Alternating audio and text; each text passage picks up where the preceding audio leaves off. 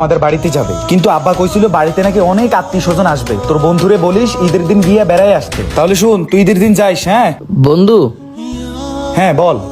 বলতেছি তুই ওই যে 1 মাস আগে একটা খয়েরি পাঞ্জাবি বানাইলি, পাঞ্জাবিটা আমার একটু দিয়ে যাবি, আমি পর বানাই দিতি।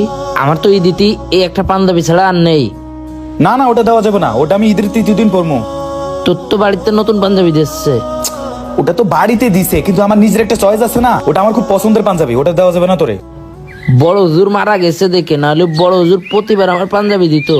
হুজুর কুরবানিতে মারা গেছে, তারপর থেকে আর কেউ নতুন পাঞ্জাবি দিইনি। ঠিক আছে তাহলে যা। আচ্ছা, তুই ঈদের দিন যাইস।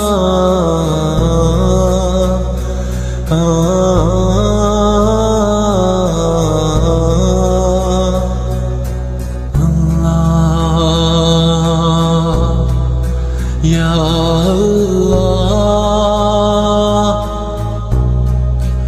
Ya Allah, Ya Allah. চল, তোরা চল।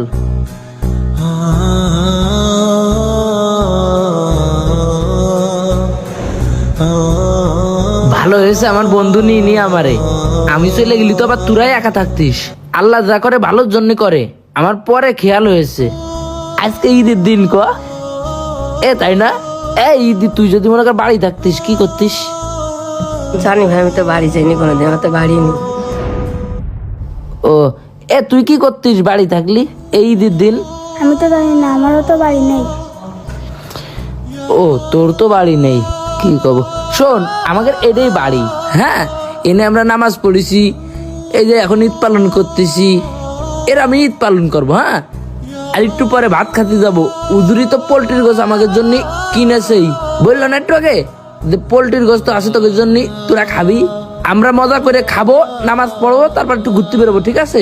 আমি যদি বড় এখান থেকে হাফেজ হয়ে বেরোতে পারি, আলেম হয়ে বেরোতে পারি, অনেক বড় বক্তা হবো, ওয়াজ মাহফিল করবো, হাজার হাজার লাখ লাখ মানুষ আমার কথা শুনবে, তখন তো তোরাও বড় বড় হয়ে যাবি। তোকে আমি বলবো না, তোকে সবার আমি আমার পাশে রাখবো। ঠিক আছে?